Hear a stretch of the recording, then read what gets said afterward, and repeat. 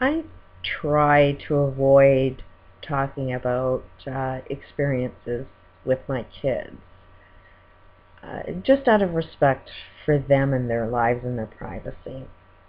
But I really, really, really want to share so many of my experiences because if you've seen what I've seen, you'd see a completely different picture. And I'll try and condense, just for those who are first watching.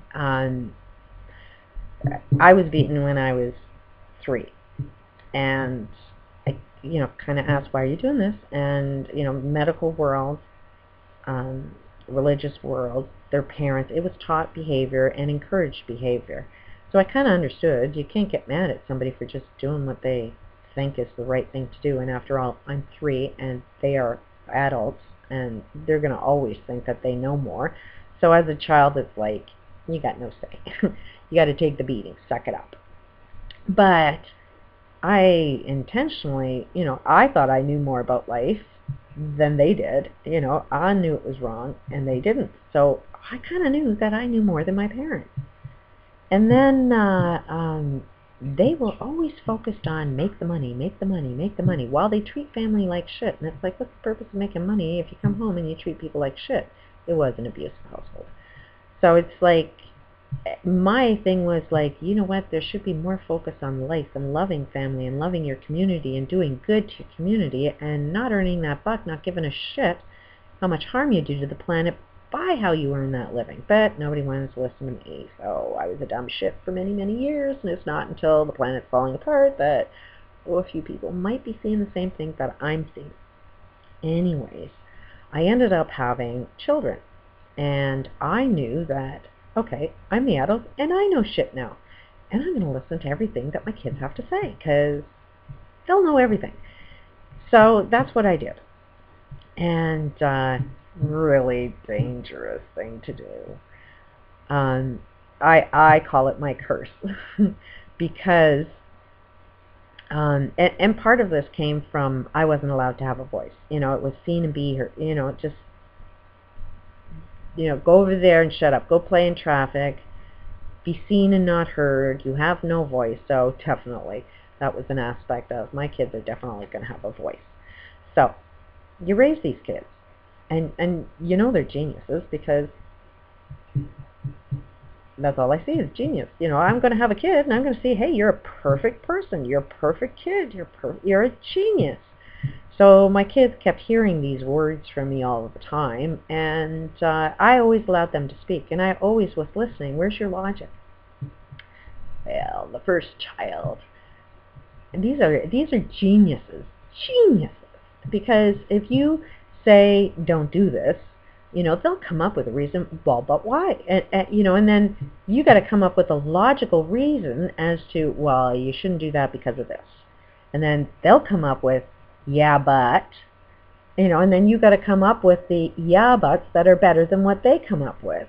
And that's how I raise my kids, is for them to think, for them to really analyze why you do the things you do.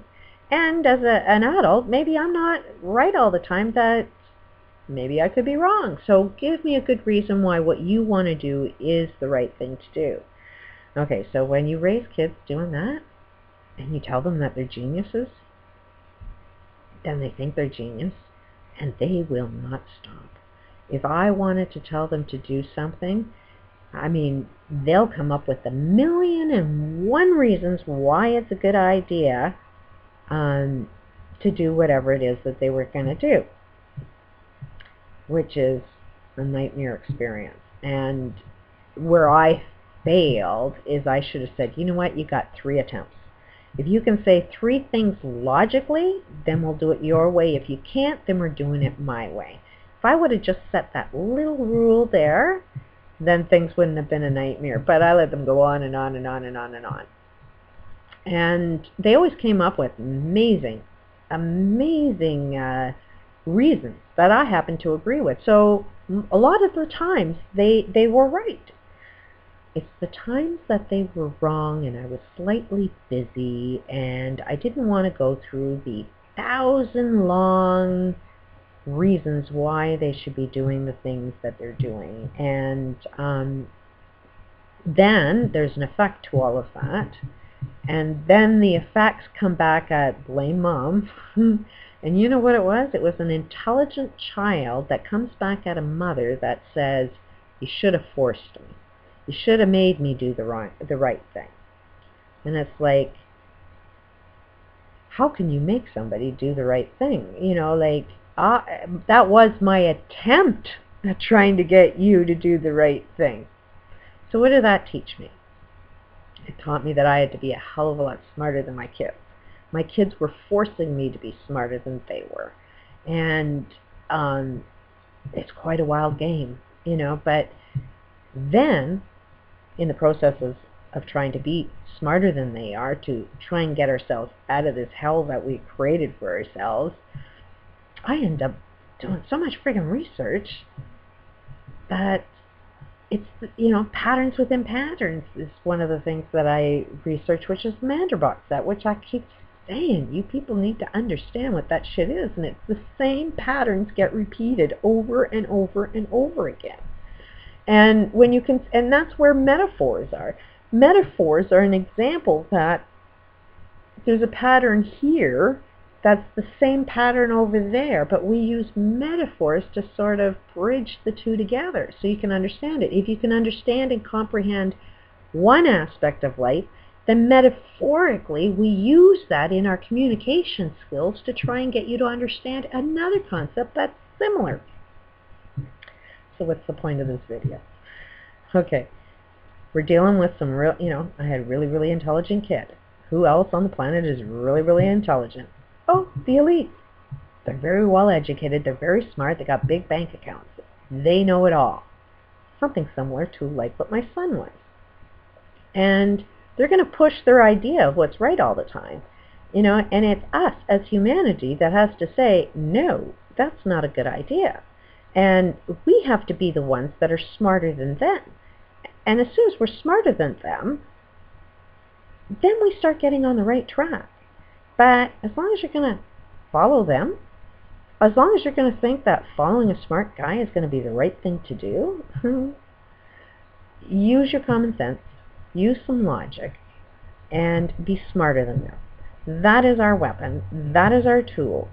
We, you know, if we have the potential to create such monsters, because we did, we created them, because we have the same mindset as they are. Which one of you wouldn't want to go out and earn a nice big paycheck? Which one of you wouldn't want a bigger house or better clothes or, you know, go out and eat at a restaurant? Tell me, which one of you, anybody watching this channel that doesn't say that, you know, you should go out and earn a living and make that living, you know, a good living, and you will be better than anybody else because of that living that you make. That mentality is the mentality that will get you to your destruction, because while you're so focused on increasing your bank account and getting your stuff, you don't know where your stuff comes from. And at the end of the day, you know, our shields are down from, you know, not protecting the planet from solar flares. You know, we got BP oil poisoning our water, you know. We got all this bad shit going on, and we don't know why. We can't connect the dots. And then we're just saying, oh, it came from the elites. No, you wanted it. You know, somebody tempted you, and you didn't say no. You knew, your gut knew it was the wrong thing to do, because, you know, I don't think I'm the only one that knew what's right and wrong. I think all of us know the difference between right and wrong, and we choose not to listen to that voice. We choose to listen to just survive. This is the way society is, and you can't fight City Hall, you know. It's just a friggin' mess. But, I mean, that's the deal, is you just got to be smarter than them. You know, it's no different than a mother parenting a child. You know, there's one child. If I'm looking at this from a perspective of a mother, and I'm seeing, okay, there's a whole pile of good guys, you know, that are suffering right now, and then there's a whole pile of bad guys that are doing a lot of bad shit. I don't see any difference between my two boys fighting in a room and saying, Mom, break it up. And I got to come in the room and try and figure out which one is right and which one is wrong. You know, and you're both wrong. You're both wrong. If there's any fighting going on, then both need to start owning up to your own responsibilities. You know, and chances are, you know what, it always, the youngest, you know, would always poke at his brother all the time. Poke, poke, poke. And his brother was always bigger than him, so his brother would come at him and just like try and tell him to stop, and he wouldn't listen, so he physically tried to stop him.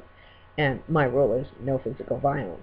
So when the mom call got called in, you know who got blamed most for the fighting that went on? The guy that was doing the physical harm, you know? And it's like, I didn't understand that the kid was poking him all the time, and it's like, that's, he interrupted his personal space and didn't listen to the word, no, don't touch me.